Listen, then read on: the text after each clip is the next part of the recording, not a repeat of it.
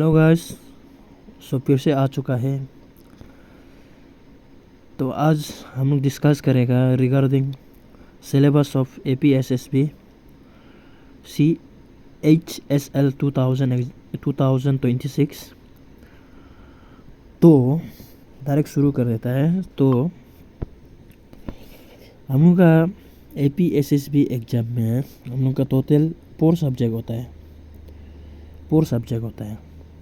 General awareness 50 mark का होता है। General intelligence and reasoning ability में आपका होता है 50 मार्क का। एरिथमेटिकल एंड न्यूमेरिकल एबिलिटी में होता है आपका 50 mark. And last test of English language and comprehension में आपका होता है 50 मार्क। तो आपका टोटल पूर्ण मार्क होता है, आपका एग्जाम में टोटल पूर्ण मार्क होता है आपका 200 मार्क का एग्जाम होता है। तो इसको आप लोग ध्यान देना है। उसके बाद एग्ज़ाम जो आपका ऑब्जेक्टिव बेसिस में होगा, ऑब्जेक्टिव टाइप में होगा, यानी कि आपका एक क्वेश्चन में आपका 4 ऑप्शन होगा, ABCD ओके होगा, और आपको उसका आंसर को आपको OMR शीट में फिलअप करना पड़ेगा। इसको याद रखना है। आप जैसे कि आपका मान लो क्वेश्चन नंबर 1 हो गया, आपका क्वेश्चन नंबर 1 का आंसर है आपका ए मान लो, तो आपको OMR शीट में उसको टिक मार्क करना है या राउंड करना है। सॉरी। एंड देन आपका अभी फुल डिटेल में जाएगा सिलेबस का। तो सिलेबस में आपका सबसे पहले होगा जनरल अवेयरनेस। अब जनरल अवेयरनेस में आपका स्ट्रॉन्ग है तो आपका तो जॉब पक्का है। आप जब मेरा ये स्ट्रेटजी को देखिएगा, हम जैसे सिलेबस का स्ट्रेटजी बता रहे हैं, आप जनरल अवेयरनेस में आपका ठीक है तो आप ये एग्ज़ाम को ज़रूर क्रैक करेगा। देखो चीज़ ऐसा है, हम लोग का यहाँ में मैथ्स, इंग्लिश, उसके बाद आपका रीजनिंग में सब अच्छा से जानता है। बट यहाँ में GA का जो क्वेश्चन है आपका अनप्रेडिक्टेबल है। ये आपका अनप्रेडिक्टेबल है GS का क्वेश्चन जो। तो आपको यहाँ में अच्छा से मार्क उठाना है, और आप यहाँ में अच्छा से मार्क उठा दिया और कंपटीशन आपका यहाँ में ही है। तो देखो आपका यहाँ में क्या क्या आएगा, मतलब से हिस्ट्री आएगा, पॉलिटी आएगा, constitution, sport, art and culture, geography, economic, everyday science, scientific research, national and international organization, institutions etcetera. State का स्पेसिफिक क्वेश्चन भी आएगा, यानी कि अरुणाचल प्रदेश से एक स्टैटिक आएगा और एक करंट अफेयर आएगा, या फिर उससे ज़्यादा आ सकता है, लेकिन मेरा मानना है एक स्टैटिस्टिक तो आना ही है, एंड आपका करंट अफेयर आएगा। और आपको यहाँ में GS में अच्छा से ध्यान देना पड़ेगा, यही आपको ज़रूर सिलेक्शन रहेगा। तो इसको स्क्रीनशॉट मार लो। नेक्स्ट हमारा आता है general intelligent and reasoning ability. यहाँ आपका पड़ता है 25 क्वेश्चंस, 2 मार्क। ये तो सब में पड़ता है, लेकिन आपको यहाँ में ध्यान देना है क्या क्या पढ़ना है बोले से। यहाँ में आपका वर्बल और नॉन वर्बल टाइप का क्वेश्चन आएगा, तो आप सब ये लोग को अच्छा से ध्यान देना है। और आपका क्वेश्चंस पूरा यहाँ से ही आएगा, इसको स्क्रीनशॉट मार के रख लो। उसके बाद नेक्स्ट में आपका आता है एरिथमेटिकल एंड न्यूमेरिकल एबिलिटी। यहाँ में आपको ये सब चीज़ को फोकस करना है। यहाँ से 100% आएगा या 99% तो यहाँ से ही आएगा क्वेश्चन। तो आपको मैथमेटिक्स को इसको अच्छा से ध्यान देना है, और यहाँ से क्वेश्चन श्योर आएगा। श्योर इन द सेंस यहाँ से 99.9% क्वेश्चन यहाँ से ही आएगा। तो इसको मास्टर्स करके रखो, 2 महीना का अंदर में कंप्लीट करके रखो।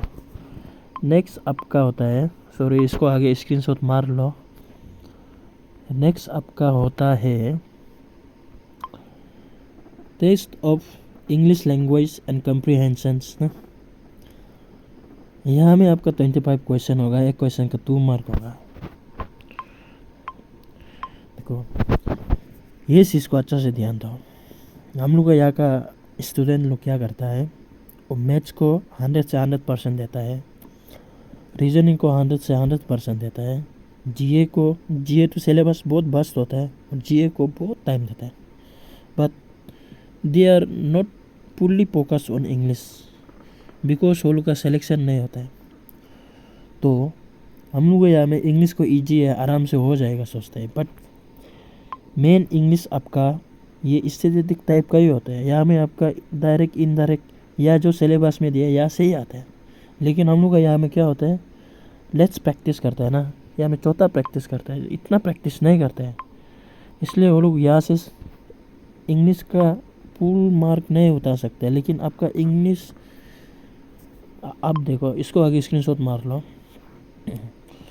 तो हम लोग का इंग्लिश, मैथमेटिक्स एंड रीजनिंग, ये तीनों सब्जेक्ट में आपको मिनिमम कितना लाना है, 144 से मिनिमम 144 लाना है। यहाँ में आपको 144 लाएगा। तो अब जीएस में 3-4 क्वेश्चन भी सही होने से आपका सिलेक्शन होने का चांसेस 80% 90% हो जाता है। तो अब ये तीनों को आगे अच्छा से ध्यान देना है। ये तीनों आपका हो गया, मतलब अब ये तीनों में एक सब्जेक्ट में 50, एक सब्जेक्ट में 50, 150 लाया, मतलब आपका तो सिलेक्शन होना ही है। जीए में तो आपका सिलेक्शन तो उसमें डिपेंड करता है, इसलिए हम थोड़ा पहले बोला था जीए को फोकस करो और इंग्लिश को अच्छा से पढ़ो। इंग्लिश आपका यहाँ से ही श्योर है।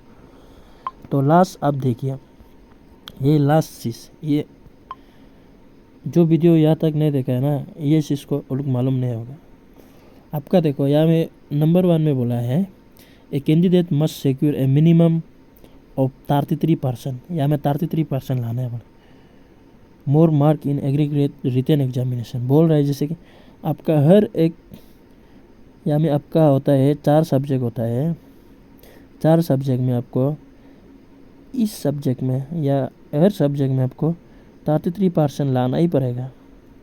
ये 33% आप नहीं लाया होने से आपका सिलेक्शन नहीं होगा, क्योंकि एक सब्जेक्ट में आप 33% नहीं ला सके होने से आपका 3 सब्जेक्ट 50 से 50 लाने वाला मीनिंगलेस हो जाएगा। तो इसको आप लोग फोकस करना है, हर सब्जेक्ट में 33 से ऊपर लाने के लिए ट्राई करना है। एंड देन ये आपका जब रिटन एग्ज़ाम आपका 20 अगस्त को होगा, 20 अगस्त का होने का बाद आपका स्टेज 2 होगा, और स्टेज 2 जो आपका फुल्ली कंप्यूटर बेसिस में होगा। तो आपको इसमें ध्यान देना है, और आपको कंप्यूटर में उसका भी थोड़ा आइडिया दे देगा आप लोग को। अब कंप्यूटर एग्ज़ाम में आपको पूरा टोटल जो आपको 10,500 वर्ड लिखना है, पूरा टोटल 10,500 वर्ड लिखना है। या आपका मान लो 1 मिनट में आपको 35 प्लस वर्ड लिखना है। तो इसको भी अच्छा से फोकस करो। और आपका कंप्यूटर आप कोर्स किया है तो आपके लिए इतना वर्ड लिखना तो मुश्किल नहीं होगा, लेकिन प्रैक्टिस करना पड़ेगा। तो इसके साथ मिलते हैं आप लोगों को नेक्स्ट वीडियो में।